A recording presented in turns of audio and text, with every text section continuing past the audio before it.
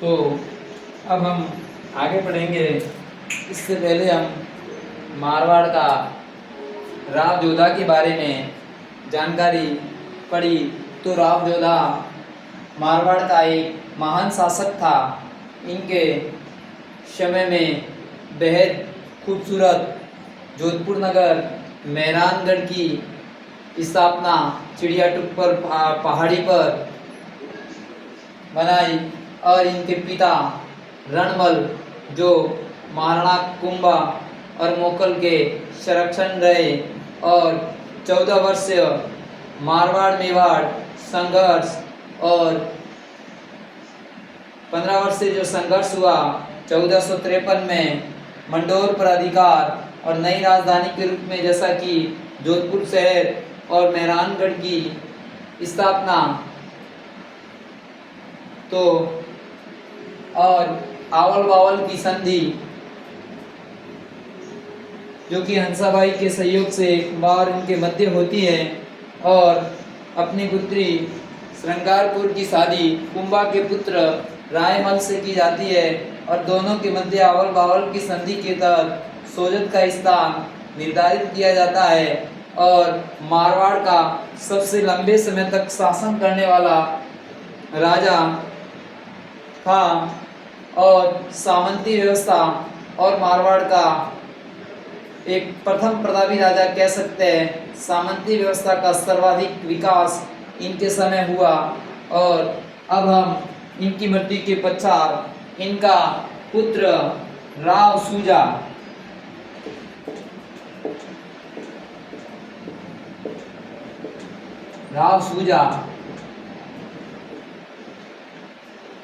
जो कि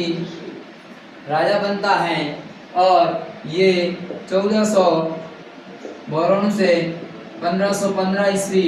तक रहता है। इनके समय में इतना कोई विशेष जानकारी नहीं है और इतना योग्य राजा नहीं थे। उनके समय में एक महत्वपूर्ण जानकारी 1500 ईस्वी में इनके भाई जो राव जोधा का पुत्र 1465 में बीकानेर चले गए थे और बीकानेर राज्य की स्थापना की थी। तो जैसा कि राव जोधा से समझौते के अनुसार वो राज चिन्ह और लक्ष्मी जी की मूर्ति का कोई आश्वासन दिया था देने का, लेकिन सूजा द्वारा मना कर देते हैं। तो राव बीका आक्रमण कर लेते हैं। तो कहते हैं कि राव बीका 1500 ईस्वी के आसपास आक्रमण करते हैं, लेकिन इनकी माँ दोनों के बीच राव सूजा और बीका के मध्य समझौता करवा देती है। आपस में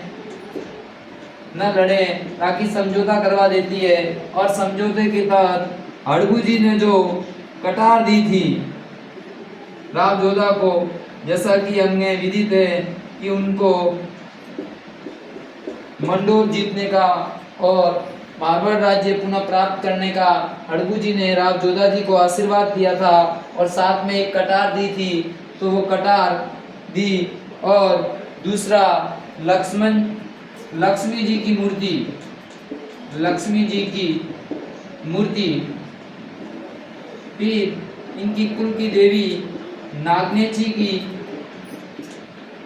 एक मूर्ति किले से और बहुत सारी मोहरें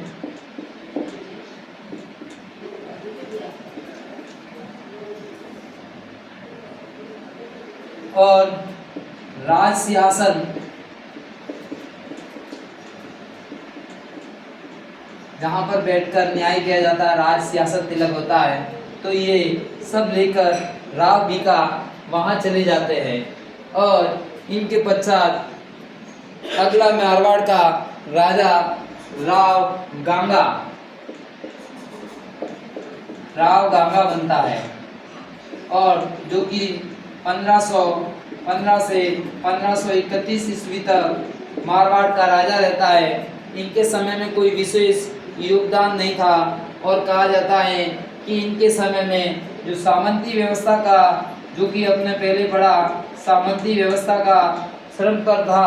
तो सामंत इनके समय में इतने हावी हो गए थे। और राव गांगा के बारे में भी कहते हैं कि इतने जितना योग्य शासक होना चाहिए इतने योग्य नहीं थे, और आसपास के सामंत थे वो स्वतंत्र अपने अपने क्षेत्र में स्वतंत्र हो गए थे। और कहा जाता है कि राव गांगा के पास में केवल सोजत और वर्तमान जोधपुर के आसपास वाला क्षेत्र ही रह गया था। बाकी सभी क्षेत्र पर सामंत अपने अपने क्षेत्र में स्वतंत्र रूप से शासन करने लग गए थे। और इनके समय की एक महत्वपूर्ण घटना उस समय 17 मार्च 1527 यानी कि महत्वपूर्ण घटना है 17 मार्च 1527 को मेवाड़ में एक युद्ध होता है बाबर और राणा सांगा के बीच, जो कि राणा सांगा राजपूताना के राजाओं के सहयोग के लिए पाती परमन के तहत संदेशा भेजता है और बहुत से राजा अपनी सेना लेकर उनके सहयोग के लिए जाते हैं। तो राव गांगा भी अपनी सेना लेकर जाते हैं और कहते हैं कि इनके अपने पारिवारिक रिश्ते भी थे मेवाड़ और मारवाड़ के बीच में, और अपना पुत्र मालदेव के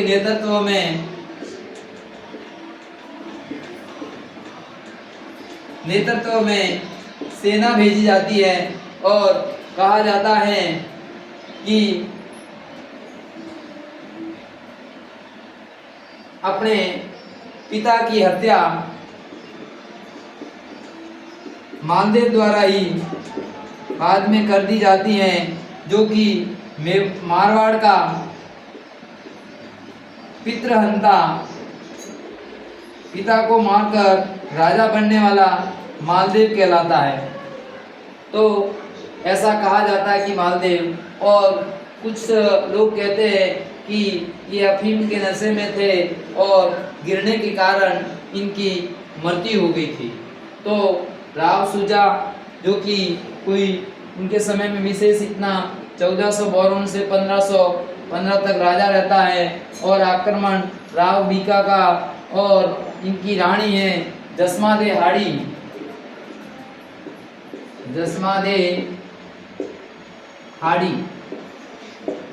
के सहयोग से आपस में समझौता होता है। लक्ष्मी जी की मोहरे, कटार और नागनेच जी की मूर्ति और राज सिंहासन लेकर ये बीकानेर चले जाते हैं। इनके पश्चात राव सूजा की मृत्यु के पश्चात कहा जाता है कि अगला राजा राव गांगा बनता है, और इनके समय सामंती व्यवस्था के जो सामंत लोग अपने अपने क्षेत्र में स्वतंत्र हो जाते हैं, और इनके पास में कहा जाता है कि जोधपुर और केवल सोजत रह जाता है। और इनके समय की महत्वपूर्ण घटना राणा सांगा पर बाबर का आक्रमण होता है। उस समय पाती परवन के तहत संदेशा भेजता है, तो मालदेव के नेतृत्व में खानवा के युद्ध में लड़ने के लिए सेना भेजता है। तो इस प्रकार हम आगे मारवाड़ के इतिहास में राव गांगा के बाद जैसे कि पितृहंता मालदेव या किसी कारण से मृत्यु, तो उनका पुत्र अगला जो राजा बनेगा वह मालदेव बनेगा। तो मालदेव के बारे में थोड़ी सी जानकारी सामान्य बताना चाहूँगा। राव मालदेव 52 युद्धों और 58 परगनों का मालिक। जैसा कि हमने पढ़ा कि सामंती सब स्वतंत्र हो गए, तो आसपास के मेड़ता, बादराजून, शिवाना, बीकानेर, जैसलमेर, बादराजून ये और आसपास के क्षेत्र पर कब्जा कर लेता है, और हुमायूं और उनके साथ भी इनसे सहायता का प्रस्ताव मांगा था, लेकिन अविश्वास के कारण उसके समय में मालदेव के समय हुमायूं जैसलमेर में जोगीतीर्थ नामक स्थान पर आता है, 3 प्रतिनिधि भेजता है, लेकिन किसी कारणवश उसमें अविश्वास पैदा कोई मुस्लिम व्यक्ति कर देता है और वहाँ से वापस वह चला जाता है। और इस प्रकार जैसा कि वीरमदेव और कल्याणमल ये बीकानेर और ये मेड़ता के होते हैं, ये शेरशाह की चरण में चले जाते हैं और दोनों के उकसाने पर ये मारवाड़ पर आक्रमण करते हैं और गिरी सुमेल का युद्ध जो जनवरी 1544 में होता है और शेरशाह सूरी युद्ध को जीतने के लिए और एक षड्यंत्र कर लेता है और राव मालदेव और जेता कूपा में अविश्वास की भावना पैदा कर लेता है और शेरशाह मालदेव सेना लेकर जोधपुर चला जाता है और इस कलंक को मिटाने के लिए जेता और कूपा गिरी सुमेल के युद्ध में लड़ते हैं और कहा जाता है कि इतनी कम सेना होते हुए शेरशाह की सेना के चक्के छुड़ा दिए थे और बड़ी मुश्किल से उनकी जीत हुई थी। और कहा जाता है कि